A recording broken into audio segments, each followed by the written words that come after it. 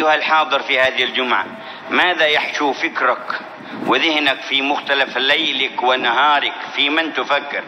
وإلى أين ينطلق تفكيرك؟ ما مدى ذكرك للرحمن ورسوله والآيات ومعاني هذه الهجرة ومن قص الله علينا أخبارهم في الكتاب العزيز؟ أأخذت موجات الناس، قنوات الناس، وسائل التواصل الاجتماعي من عقلك وفكرك وعمرك ما لم يأخذ الكتاب وما لم تأخذ السنة وما لم يأخذ الصلة بالله ورسوله؟ الصلة بهؤلاء أخذت عمرك الأكثر وفكرك الأكثر والمكان الأكبر من ذهنك. يا هذا صحح وضعك، هاجر من هذا، هاجر من هذه السقاطة، هاجر من هذا الضعف الإيماني، قوي إيمانك، اصدق مع الرحمن عالم سرك وإعلانك، واذكر الله ذكرا كثيرا وسبحه بكرة وأصيلا. وهل تجد وجلا في قلبك إذا ذكر الله؟ هذا ميزان الإيمان. إنما المؤمنون الذين إذا ذكر الله وجلت قلوبهم. فما مقدار وجل قلبه؟ قل لي أدركت رمضان الذي مضى وخرجت منه وجاء شهر ذو القعدة وذو الحجة وأنت الآن في محرم، ما مقدار وجل قلبك إذا ذكر الله؟ إذا ذكر الله وجلت قلوبهم، وإذا تليت عليهم آياته زادتهم إيمان. الله نزل أحسن الحديث كتابا متشابها مثانيا تقشعر منه جلود الذين يخشون ربهم ثم تلين جلودهم وقلوبهم إلى ذكر الله. قالوا لأسماء بنت عميس وقد تزوجت سيدنا أبا بكر الصديق بعد أن كانت زوجة سيدنا جعفر بن أبي طالب الذي استشهد في غزوة مؤتة، وتزوجت بأبي بكر وقضت معه الأيام حتى توفي أبو بكر عليه الرضوان. سئلت ما كانت عبادة أبي بكر؟ قالت الفكر له ذهن مشغول بالله ورسوله. ولقد دخل علي ليلة وعمد إلى ماء فتوضأ ثم قام فصلى ثم وضع رأسه بين رجليه يقول وشوقاه إلى رسول الله ويبكي حتى رققت له ورثيته وقمت إليه وقلت يا خليفة رسول الله إنك ستلقى رسول الله وإنك كنت معه وصديقه من قبل الإسلام وشهدت معه المشاهد ومات وهو راض عنك وستلقاه بعد هذا يا أبا بكر.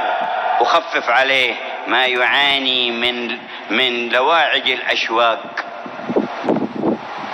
ذهن مشغول بالله، وهذا خليفة رسول الله صلى الله عليه وسلم، وهذه سهرته وهذا فكره، وهكذا كان يقضي ليله رضي الله تعالى عنه. فكيف تنقضي بنا ليالينا؟ وأين تذهب أفكارنا وأذهاننا أيها المؤمن؟ هاجر هذا الضعف في الإيمان وقوي إيمانك في ذكر هجرة محمد صلى الله عليه وسلم، واستقبل عامك الذي أقبل بصدق مع من بيد أمرك وإليه مرجعك، وتزود بزاد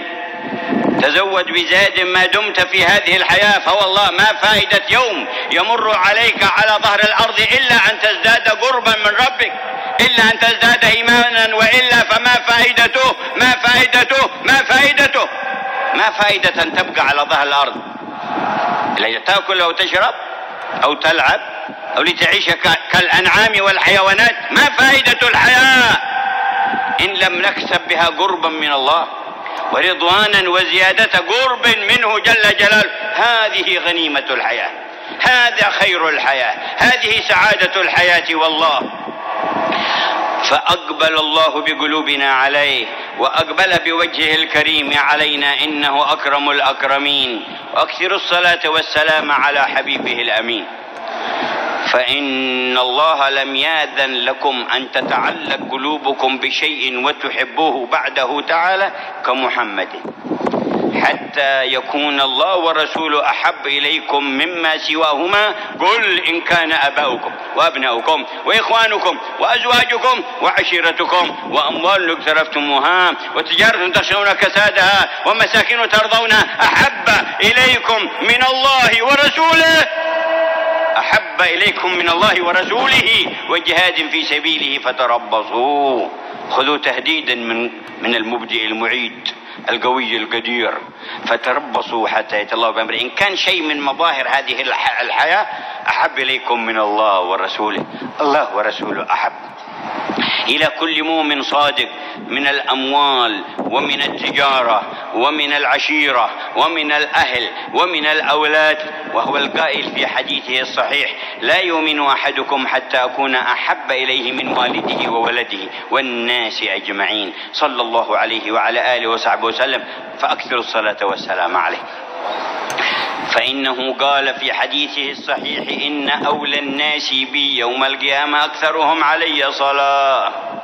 وقال: من صلى علي مرة صلى الله عليه بها 10. وإن الله أمركم بأمر بدأ فيه بنفسه وثنى بملائكته وأيها بالمؤمن من عباده تعميما، فقال: